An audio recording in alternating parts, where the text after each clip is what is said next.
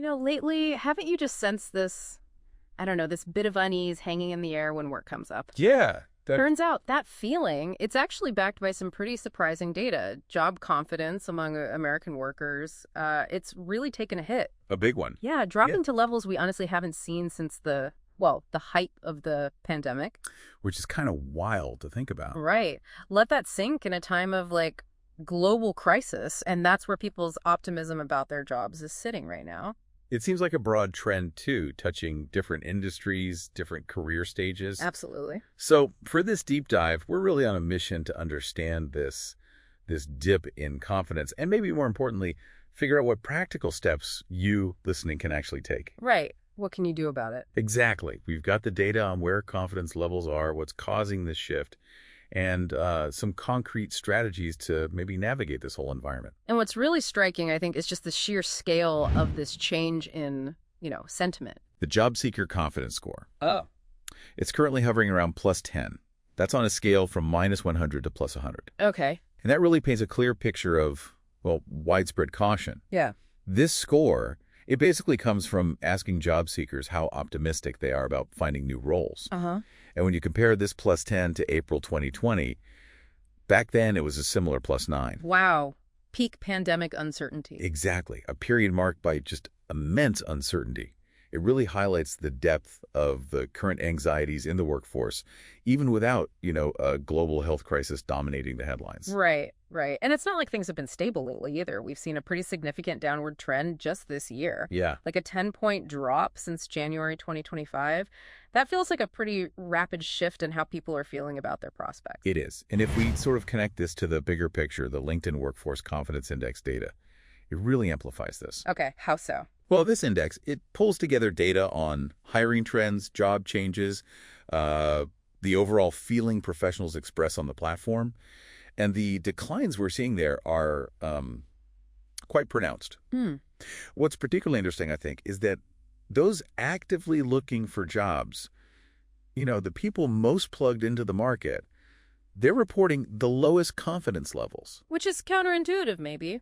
You'd think active seekers might be more hopeful if things were looking up. Exactly. You might expect them to be more optimistic if, opportunities were plentiful. And it's not just the job seekers feeling this way, is it? I saw something about executive confidence, too. That's right. Executive confidence, which tends to be a bit more stable usually, has also seen a really significant year-over-year decrease. Okay, and why does that matter?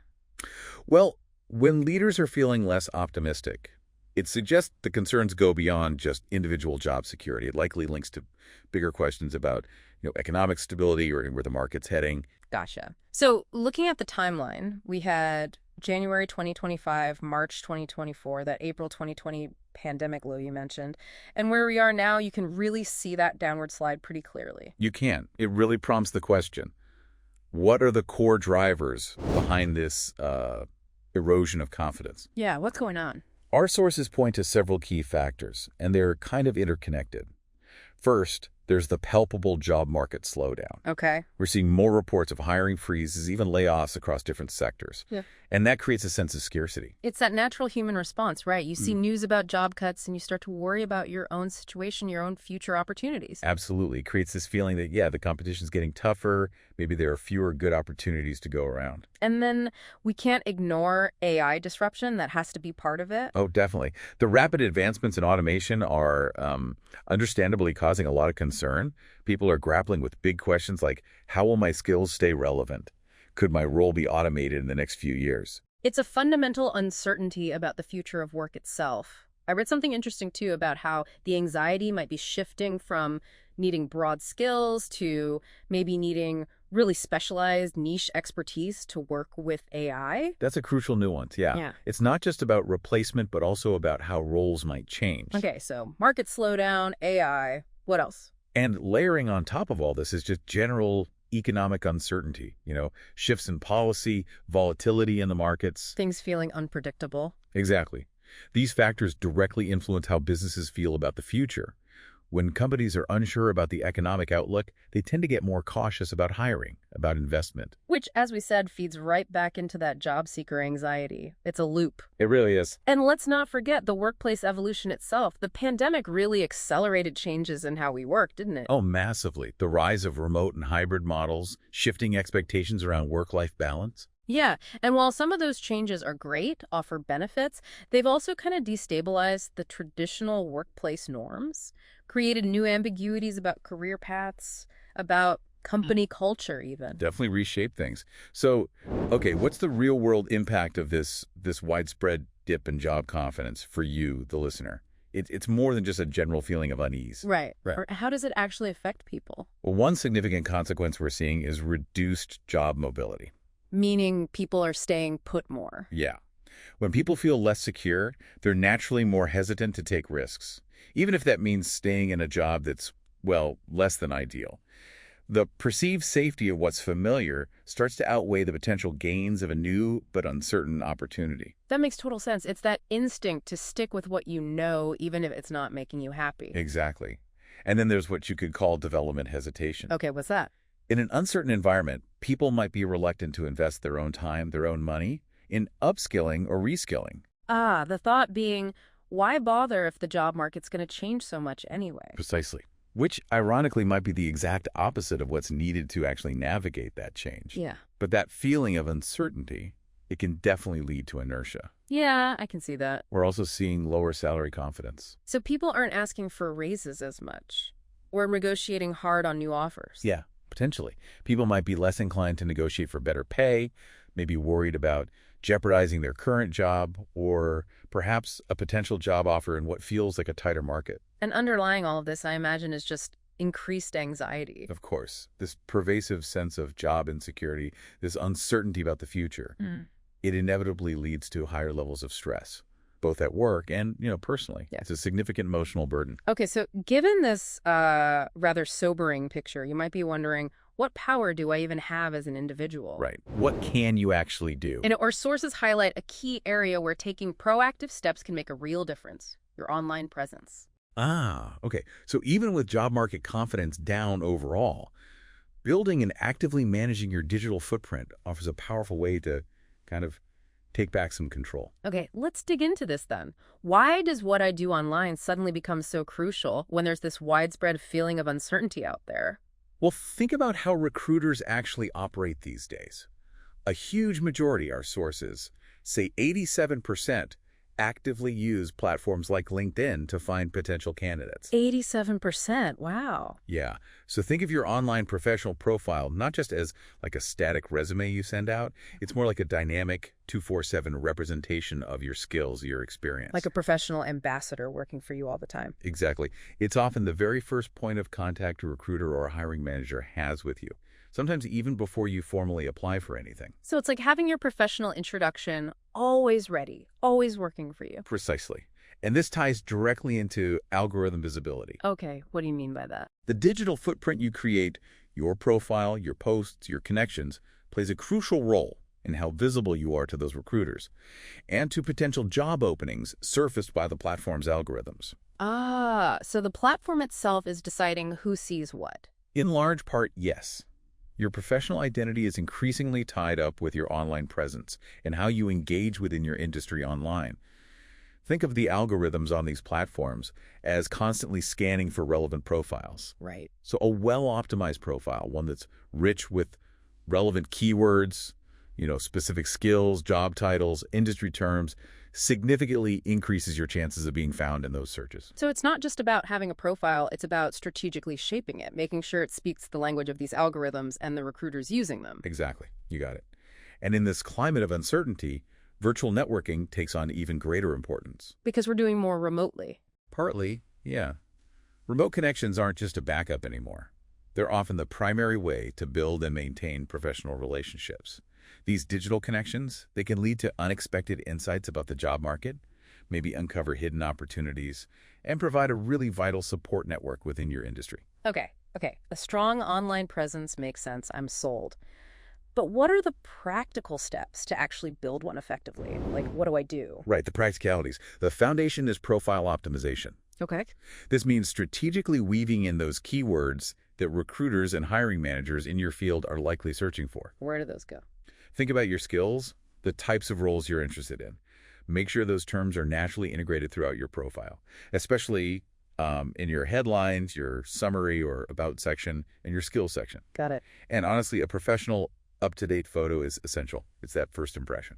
Makes sense. Yeah. Ensuring your digital storefront clearly and accurately represents what you offer. What's next after optimization? And next up is content creation. Uh-oh. Does that mean I need to become a blogger? Haha. No, not necessarily. No. It doesn't mean you need to be a full-time content machine. It can be as simple as sharing relevant industry news, but adding your own perspective. Or offering thoughtful comments on other people's posts. Maybe sharing brief updates on your work or insights you've gained. Okay. The goal here is really just to demonstrate your expertise, to establish yourself as someone who's engaged and knowledgeable in your field. So it's about showing my understanding and insights, not just listing qualifications on my profile. Precisely. Following that logic is the engagement strategy. Okay. It's not enough to just sort of post content sporadically and hope for the best. You need to actively participate in conversations within your professional community. Oh. Join relevant groups on LinkedIn, for instance. Contribute thoughtful comments on posts that resonate with you. Actively engage with your network, like their posts. Share things. This helps expand your reach and build stronger, more meaningful connections. So it's about actively being part of the dialogue, not just broadcasting my own stuff. Exactly. You're building relationships. And finally, don't underestimate the power of social proof. Meaning recommendations and things. Exactly. Recommendations and endorsements from former colleagues, managers, clients, they add significant credibility to your online profile. Right. You see someone has a bunch of recommendations, it feels more trustworthy. It does. So Yeah. actively seek out recommendations from people you've worked well with, and importantly, offer recommendations to others in your network too. It's a way of building trust and validating everyone's skills and experience. This all sounds like concrete action I can take, which feels good in an uncertain time.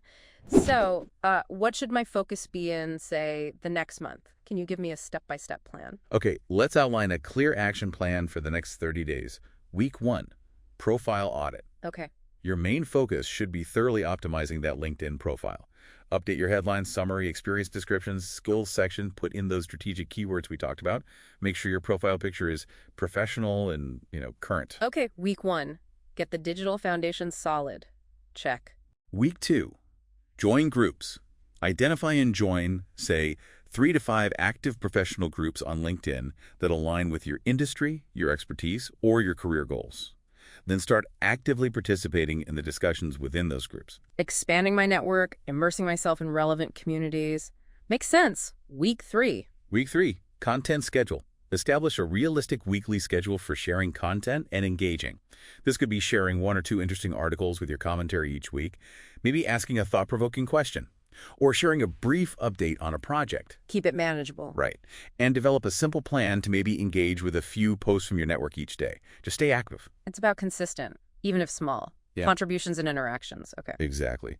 And then week 4, network expansion. Aim to connect with maybe 20 new professionals who are relevant to your field or your goals. 20. Okay. But personalize those connection requests. Don't just send the generic invitation. Explain why you want to connect. Good tip. And also, reach out to a few former colleagues or managers you had good relationships with and ask for a LinkedIn recommendation. Proactive outreach and leveraging existing relationships. Got it.